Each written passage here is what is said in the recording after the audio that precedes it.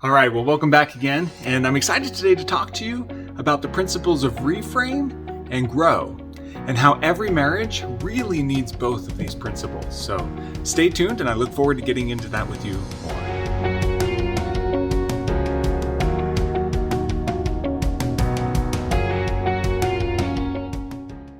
Okay, so very recently, I did a video on reframing and 4 strategies to help your partner reframe.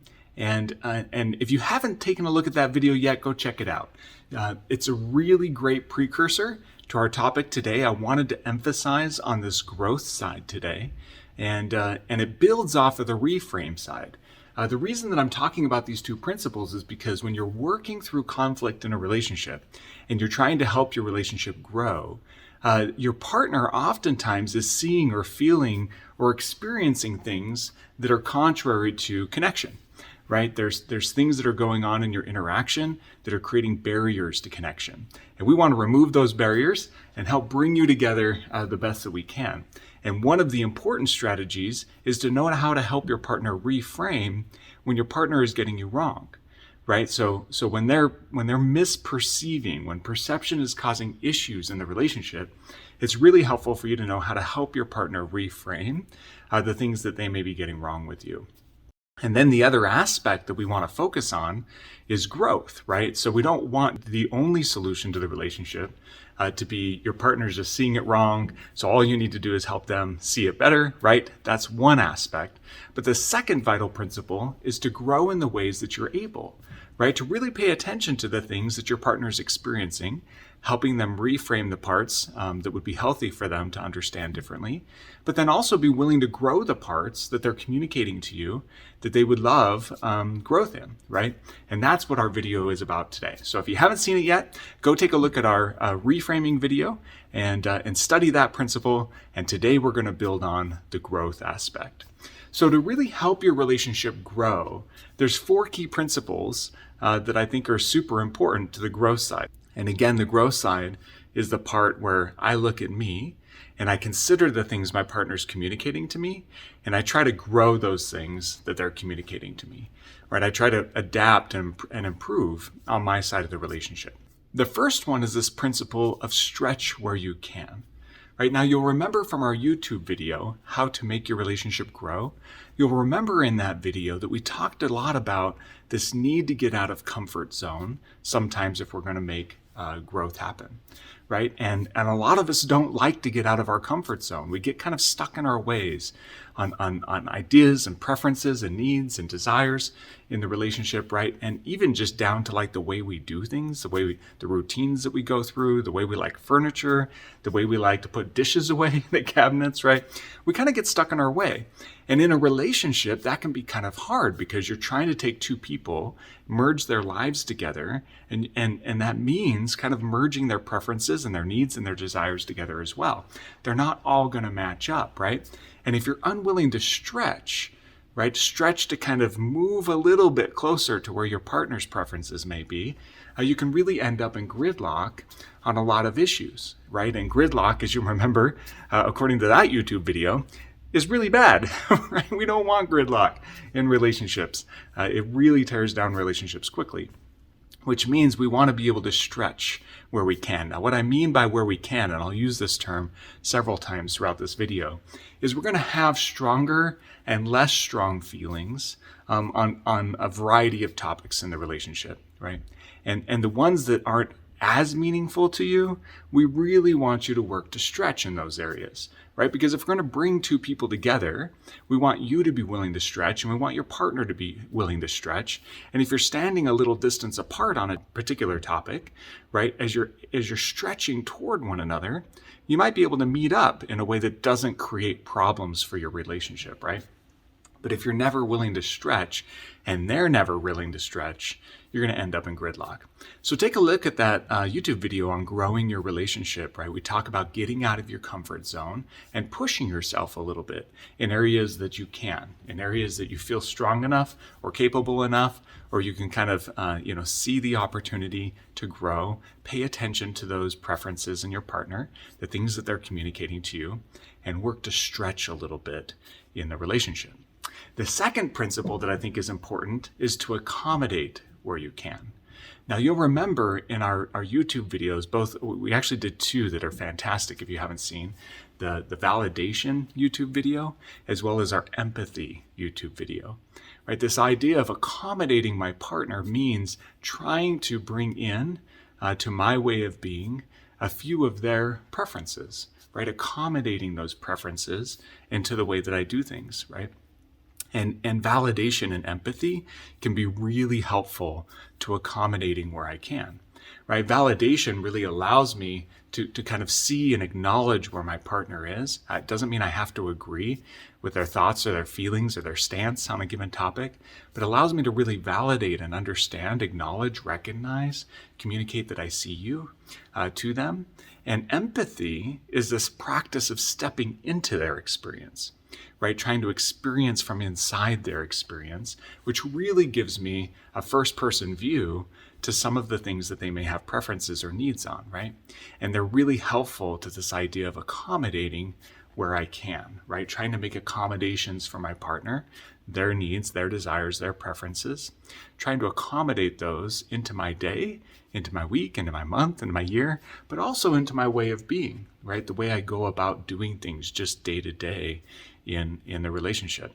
So check out those videos if you haven't seen them yet. They can be really helpful to accommodating your partner where you can.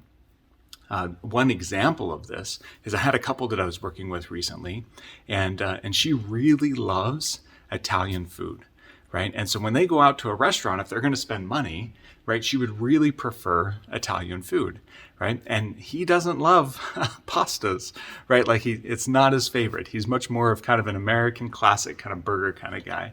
And so if they're going to go out and spend money, he really wants a burger, right?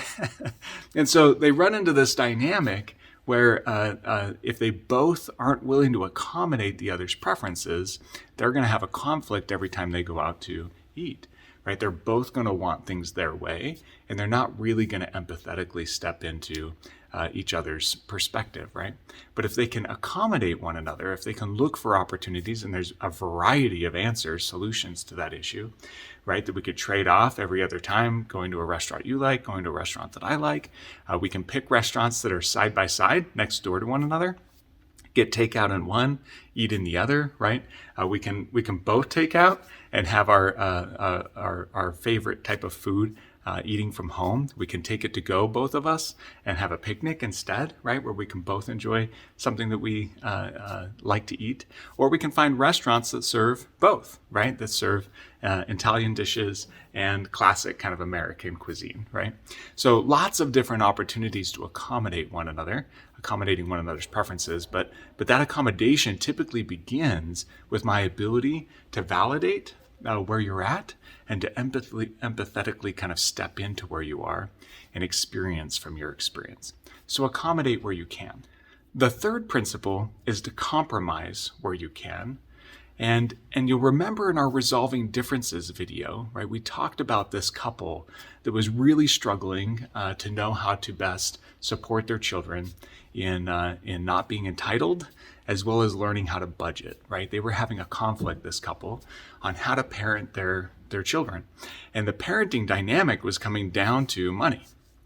They had a big difference of opinion on how money ought to be used with their children.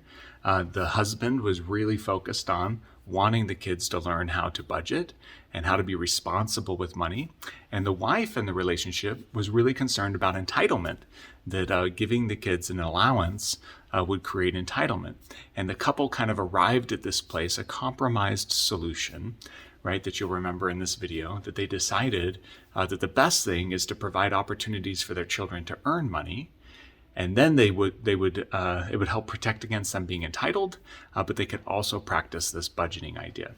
And it really helped them kind of meet in a third solution, right? It wasn't necessarily the ideal solution for him or her from the beginning, but allowed them a third solution that they could both get behind, that compromising idea, right? So take a look at our Resolving Differences YouTube video, and if you really like that topic, if that topic is helpful to you, we actually have a Resolving Differences video course that goes into a lot more detail about how to help a couple who's kind of standing in these two different places in their relationship, merge those into a third solution, a win-win for both partners. They can be really helpful for both partners to come together around that solution. So check that one out as well. This fourth concept is to tolerate where you can. Right now, this tolerance one is super important as well, because as we get into a relationship, we're not going to be the exact same person. In fact, I'm going to tell you right now, sorry to burst your bubble, there's nobody in the world that's going to be exactly the same as you, right? And because we can't just program our partner to think, feel, and desire the same that we do, we have to learn to tolerate a little bit of difference in our relationship, right? And if I'm not willing to tolerate anything being outside of the way I want it, you're really going to have a hard time connecting on a deep level with anybody, let alone sharing your life with them, right? So there's going to be a certain amount of tolerance that's needed in a couple's relationship, especially in a marriage, right? And because of that, learning then to appreciate all the good that's in your partner while you tolerate some of the things that are a little pesky or annoying to you, that are a little frustrating to you. That's good, right? We all need to practice a little patience, a little long suffering, a little gentleness, right, in our relationship. And it's good for us to grow in that way, to learn to tolerate a few things, because not everything needs to be the way you'd prefer it, right? If it were, it means your partner is not going to be able to have some of the things that they would prefer, right? So we don't want to change our partner completely, right? We do want them to stretch and compromise. We want them to learn to accommodate and grow in the ways that we've just talked about. But we also need to practice tolerating a few things that may not be our favorite, right? You'll remember in our YouTube video on the eclipse principle that a gentleman was really running into this problem with his partner, right? He had married this woman who was intelligent, she was kind, she was beautiful, right? She did a really great job in the loyalty and fidelity categories, and he fell in love with her, right? She stole his heart. But as their relationship progressed, you'll remember in that video that he started to nitpick a few things about her. And those few things about her that were problematic for him started to eclipse all of the good about her. And pretty soon he found himself very dissatisfied with the relationship, right? He had low tolerance for somebody being a little bit different than him. That low tolerance started to create problems in his ability to love, respect, admire, and grow his spouse, right? So we want to be careful about that, to tolerate where you can. Those things that you're able to tolerate, right? Practice just allowing them to be. You don't have to change everything about your partner, and there's no such thing as a perfect partner out there in the world, right? And certainly you're not perfect either. So we know that your partner is going to have to practice this principle with you too, right? So tolerate where you can. So these are the four principles, right? Let me review them again. Stretch where you can, accommodate where you can, compromise where you can, and tolerate where you can, right? These four principles. Now, as we talk about these ways in which you can grow toward your partner, kind of closing that gap in the relationship, we do want you to feel able to be assertive in those ways that are really meaningful to you, right? There's going to be some preferences, some needs, some aspects of your identity, some important values for you that we do want you to feel like you can assertively stand up for, right? It's important for us to not lose all of ourselves as we strive to connect with our partner. So feel free to be assertive about some of those most important things to you in the relationship, right? We just want to make sure that every dynamic in the relationship isn't the most important dynamic for you, right? Because if every difference represents the most vital of things to you in the relationship, you won't stretch, you won't accommodate, right? You won't compromise, you won't tolerate, right? You'll demand that things are just the way that you want them to be. And if you get two people to do that, we have big issues. And if we have one person that does that and forces the other partner to do all the accommodating and growing, we have big problems as well, right? So we want both partners to be practicing tolerating and accommodating, compromising, all these things, stretching where they can, right? And then standing assertively for some of those things that you really need to be a certain way, right? So feel free to be assertive about a few of those things. Let's just make sure you're not being stubborn about all of the things, right? And that leads us to our last point, right? It is good to have healthy and firm boundaries about a few things. Fidelity is one of them, right? That if fidelity is part of the expectation you have for your relationship, stand firm there, right? I also would encourage you to stand firm around health dynamics in the relationship. If your partner's interacting with you in ways or requesting things of you that compromise your wellness and your health, that's a firm one that we want to stand on. And certainly anything that's abusive in the relationship, you don't need to be stretching and accommodating things that create abuse, right? Things that could create injury or trauma in the relationship. Certainly that needs a firm boundary, right? So have those firm boundaries where you need them as well. Let's make sure that you stay safe and the relationship stays healthy. But on all the other things, all the day-to-day things, let's work to accommodate. Let's work to stretch, right? Let's work to compromise, and let's work to tolerate one another better in the relationship.